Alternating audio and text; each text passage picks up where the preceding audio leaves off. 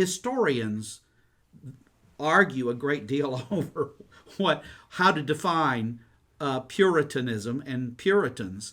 It's obvious if you're going to say Jonathan Edwards was a Puritan. There's a lot of people say that, and they say a lot of other people were, that you're giving some significant elasticity to the term. So we can't really agree on a clear definition.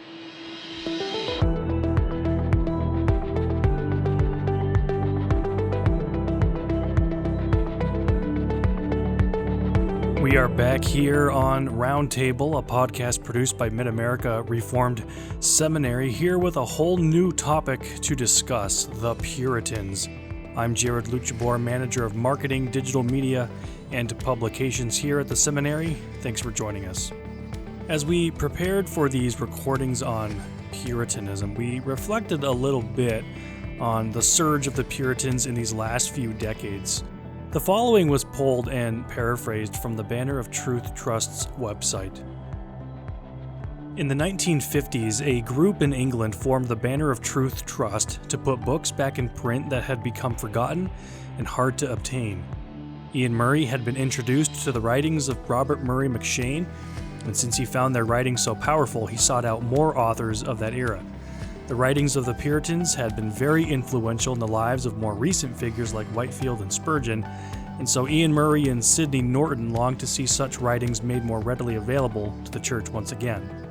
So along with the magazine, The Banner of Truth, steps were taken in 1955 to try to put back in print some of these volumes from the past. There is now a treasury of Puritan writings in print, not only through Banner of Truth, but other publishers as well.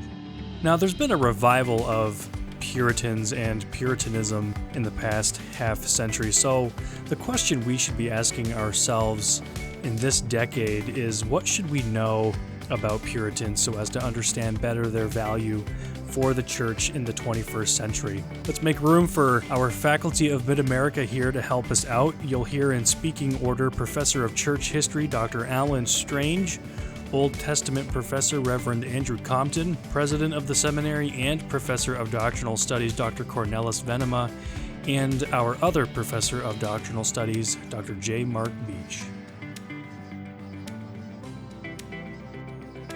Well, if we're going to talk about the reappropriation and reappreciation of the Puritans, I think we need to talk about a general societal sort of misunderstanding of them over the course of time. In his day, this is back in 1916, for example, HL Mencken caustically defined Puritanism as the haunting fear that someone somewhere may be happy. And of course, he was thinking about the raging fundamentalist crisis of the time and was reading some of those particulars in light of this kind of caricature of Puritanism. And somebody then like Leland Ryken, many of our listeners would be familiar with, wrote a book a few years back called Worldly Saints, The Puritans as They Really Were. And that's just a more popular sort of book trying to, again, rehabilitate, if you will, the Puritans and get people to understand that while maybe 19th century Victorians, if that's even the case, were repressed in some ways, that's not really what characterized the Puritans. Many of them were vigorous in terms of their enjoyment of life and of food and of married intimacy and other things like that. But that also leads to, and I'll just say this, that leads to a problem of definition. Historians argue a great deal over how to define Puritanism and Puritans. It seems like Matthew Parker, the Archbishop of Canterbury, in the year Calvin died, 1564, was probably the first to use that particular name, and he didn't mean it as a compliment. He meant it as he considered these people who he called Puritans as rigorous, as precisionists.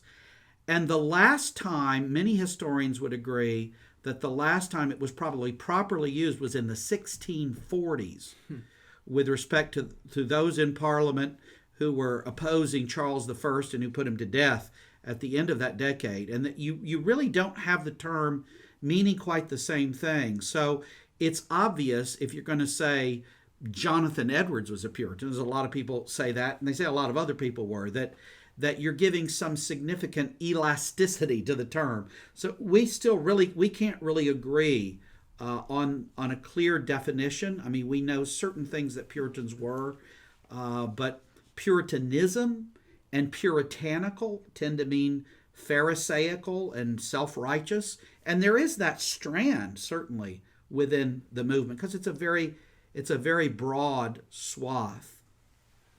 Just a couple of quotes Robert Godfrey has in one of the Puritan Papers introductions, where he's noting some of these comments made about the title Puritan. I guess one from William Shakespeare, even one of the characters, "Marry, sir, sometimes he is a kind of Puritan." And the response, "Oh, if I thought that, I'd beat him like a dog." So there's not always the greatest comments. Even Shakespeare was writing that way. Or another song, "Pure in show, an upright holy man, corrupt within, and called a Puritan." So yeah, not good press for the term. I do think that highlights what we want our listeners to be clear about. This is an English term, and it does refer to the English context. And here's what we need to remember: how the Reformation came about in England. The Reformation came about in England under Henry VIII in the 1530s. And it was a political, if not even to say a hormonal reformation with respect to the king, because it was throwing off the yoke of the Bishop of Rome and making the King of England the head of the church. And so you had people from the beginning who were interested in the church in England actually being reformed. And so, of course, Henry's son, who came to the throne in 1547 after his death, Edward VI, called affectionately by certain pious folk in England the second Josiah. He was only 9 and had a protectorate there. He began to really more reform the church. And that's where you first got the 42 articles, which will turn into the 39 articles. And the Church of England began to become something more of a reformed church. But he who was the son of Jane Seymour was succeeded. He died at the young age of 16. He may have had tuberculosis. He was succeeded by his oldest sister, Mary, who became Mary, Bloody Mary. She was in from 1553 to 58, and she returned England to Roman Catholicism.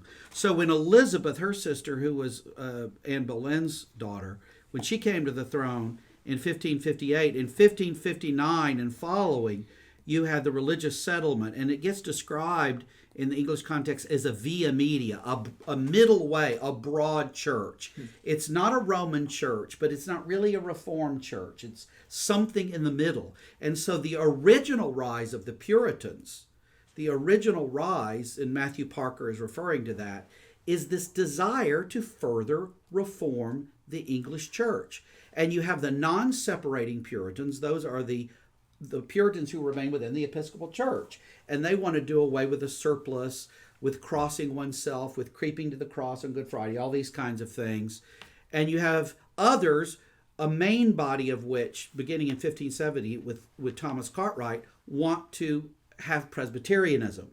And so in addition to those Presbyterians, you have Congregationalists. Those are the people who come over. They want established Congregationalism, but separate congregational control. They come over and settle the Massachusetts Bay Colony. That's the so-called Puritans that come over in 1629 on the Arabella, John Winthrop.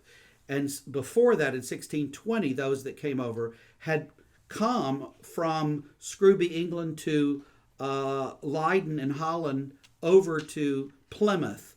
And those are the Pilgrims, and they were the Brownists. They were the separating type. They believed in a separation of church and state. But even there, I often will ask the students, which of all these parties were Baptists? Because a lot of our friends today who like Puritans are Baptists. Mm-hmm. And of course, the answer is none of these people are Baptists. They all baptize their kids. So you can say the concept that people often have of Puritanism isn't that clear. But these are the parties. That's a little bit of the history. They wanted to further reform the Church of England. Some wanted to go much further than others, but most wanted either a Reformed episcopacy or Presbyterianism. That's what the significant majority wanted.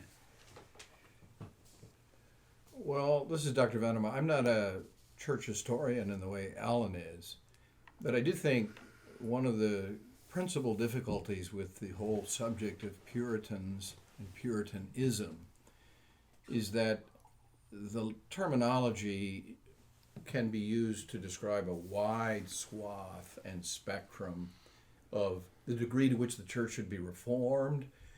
And within the English context, the word has its most appropriate home, I think. It's really broadly synonymous with what we would say on the continent was the Reformation, the reform of the church in its confession, preaching, its understanding of the means of grace, church order, polity.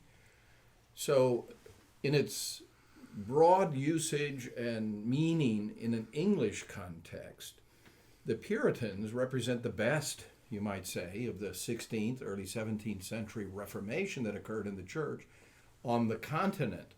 But no one would describe the continental reformers, the Reformation as it took place, for example, in the Netherlands, in the period up to and through the Synod of Dort, 1618-19, as a Puritan movement, if the terminology is being used in a narrower sense.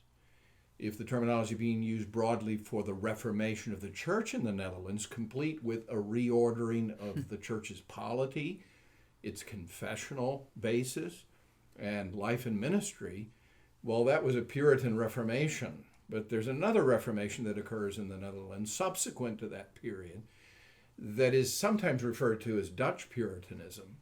And that has its own unique, I think, flavor and characteristic.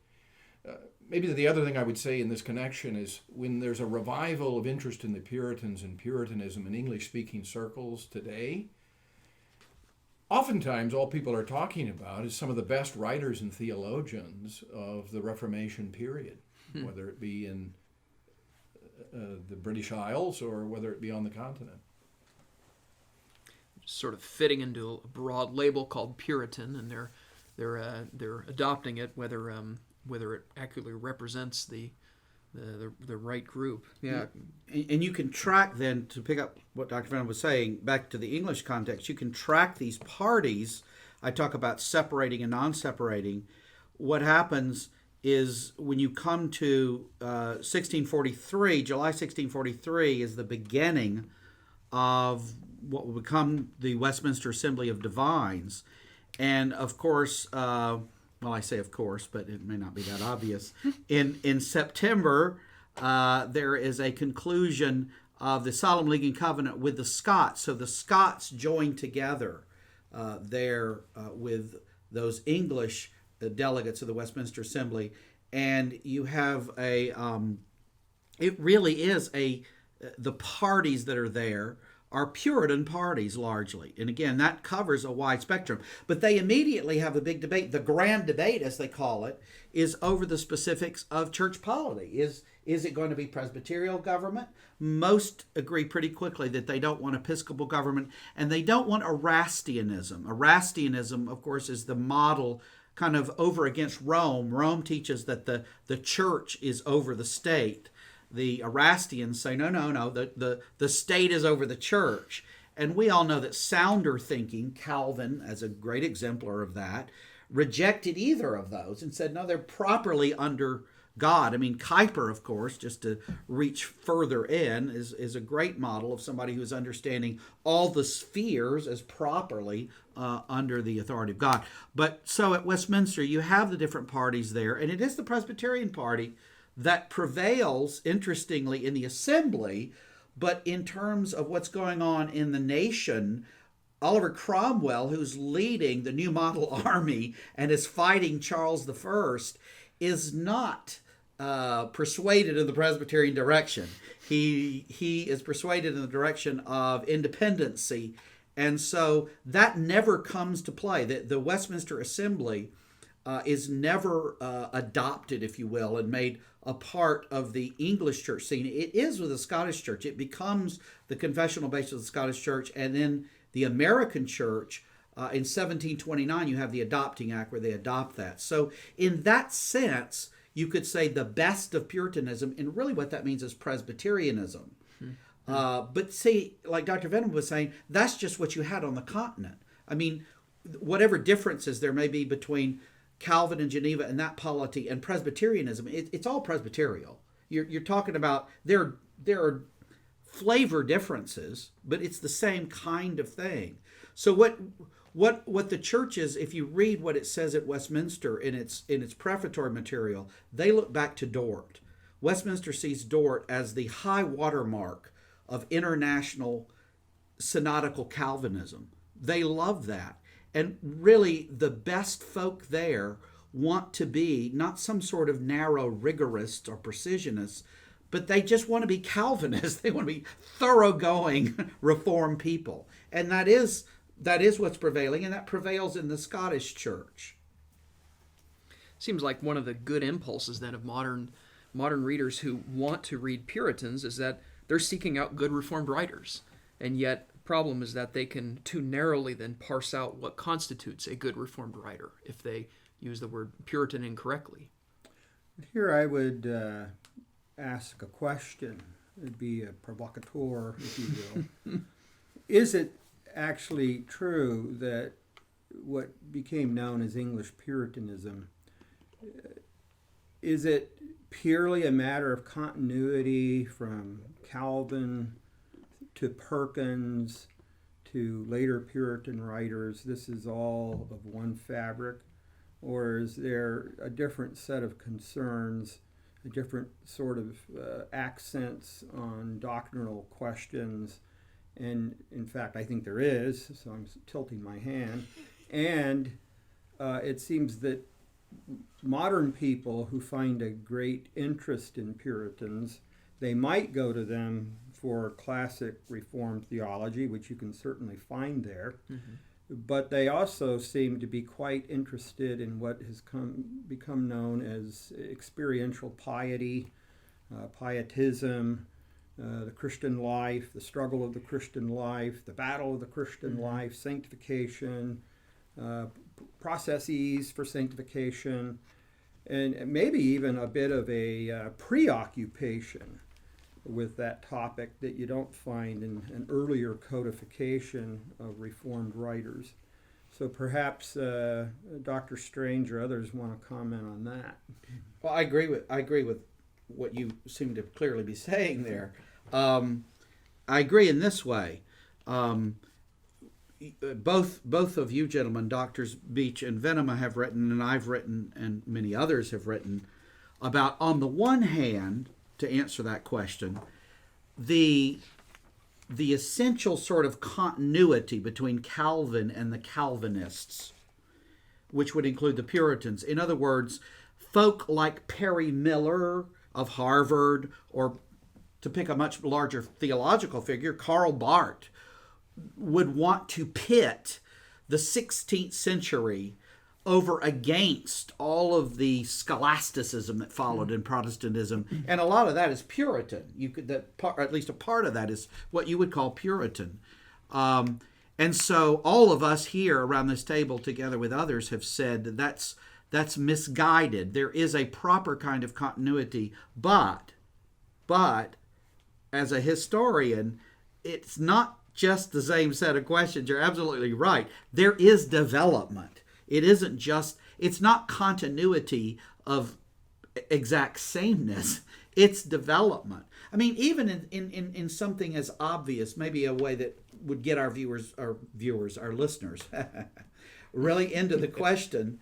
I had a camera interview not long ago, so. What do they say? The person who has the face for radio. Yes. My agent told me I have the face for radio, so I'm back on a podcast. But assurance, and we could all get into that. I mean, look at the treatment of assurance in the confessional statements of the 16th century, in the theology, and then how it even gets treated at Westminster. And part of that, whatever you think about the whole development of it, part of it is just the fact that the Reformation as a whole is developing and moving on, and people are when Calvin and Luther were talking about assurance, they were doing so in a context where Rome said, I mean, that was what Rome and Trent aims at assurance more than justification, even in certain respects. They hate the doctrine of assurance. They think it's presumption. You cannot have assurance. And so Luther and Calvin see assurance as very much a part of faith in a certain respect, whereas Westminster wants to distinguish faith, which is believing and trusting in Jesus, and assurance, I believe that I believe and trust in Jesus. They want to distinguish it more, and part of that has to just do with the lived experience that's happened over the course of those decades. But I think also part of it has to do at points with things being a bit obsessive. In other words, I do think what develops in Puritanism, if I could put it this way, that even something like a healthy development of a biblical theology and a redemptive historical approach can address is a kind of focus, an over-focus, say, on ordo salutis, and what can be in some circles a kind of theological, spiritual navel-gazing. Am I in? Am I out? Does he love me? Does he not? In ways that you don't see that in Calvin, in some ways that aren't healthy. I know my own personal experience in my early Christian life. I was in an independent Baptistic Calvinistic church and spent many sleepless nights battling over the question of whether I'm the elect or not. And I came to not only be a Presbyterian, but I came to see that that's a fruitless way of going about it. And one of the things that really helped me to better situate this question was to have a better understanding of redemptive history and biblical theology, and to understand the work of Christ on our behalf, and not to be monomaniacal about my own religious experience. You can be so focused on your religious experience that it's unhealthy. And there's no small part of Puritanism that's a part of. Is that part of what you're talking about even? Well, it strikes me because the Reformation couldn't get off the ground without the help of the government, German princes, the powers that be with an army behind them to protect them. From the start, we had a situation in which the church came under the protection of the sword in various places, which also then came to define what faith was practiced in a given location, which also then breeded a kind of folks church, a kind of, if you're in Geneva, you're going to be Reformed, period. And if you're, in Holland, at least the recognized state-supported faith is the Reformed faith. Well, all of this, I think, bred rather a formalistic, outward, perfunctory kind of Christianity under the banner of Reformation.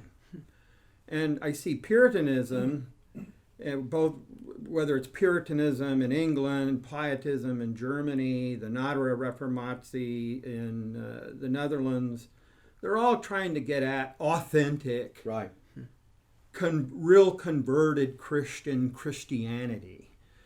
But that has its own hazards, it strikes. Because the nation and the church are identified in all these places. And what you got back with just the Lutherans back in 1555, the Peace of Augsburg, cuius regio, eius religio, whose region, his religion. In other words, the prince is very determinate of what the faith is. And then the Calvinists get added in at the end of the Peace of Westphalia, at the end of the 30 Years' War.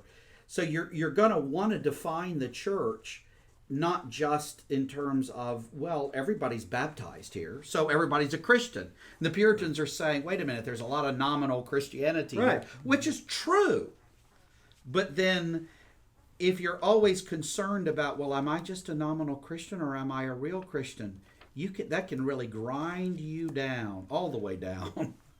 Well, that's one of my concerns, and I think a lot of people have had concerns that way. While appreciating the Puritans, there's a strand within Puritanism, certainly a strand within the broader movement of Pietism, in which you have to give so much attention to assurance because somehow you're breeding a lack of assurance, trying to fight off a perfunctory Christianity.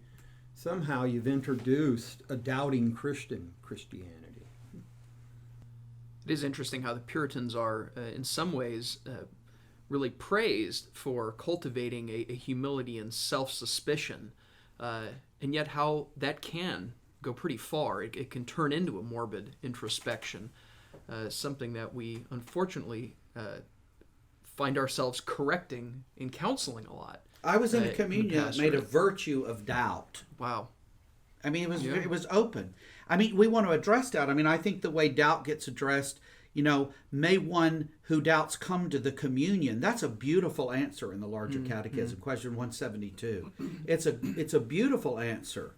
But then it's not something, it's dealing with somebody who's genuinely doubting and who is weak, and it's saying that this is medicine for sin-sick souls, come and take it. But then you don't wish to inculcate. I was in a communion that every sermon, the preacher said one time, I want to preach so that everybody questions, he said this in an interview, I want to preach so that everybody questions whether they're really a Christian, and the true Christians will crawl back to the cross. Boy. That's what he said.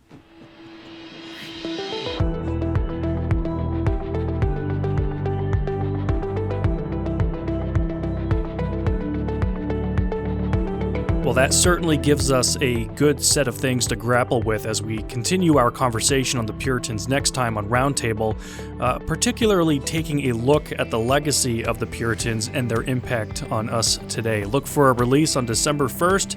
Take care until then. Thanks for joining us.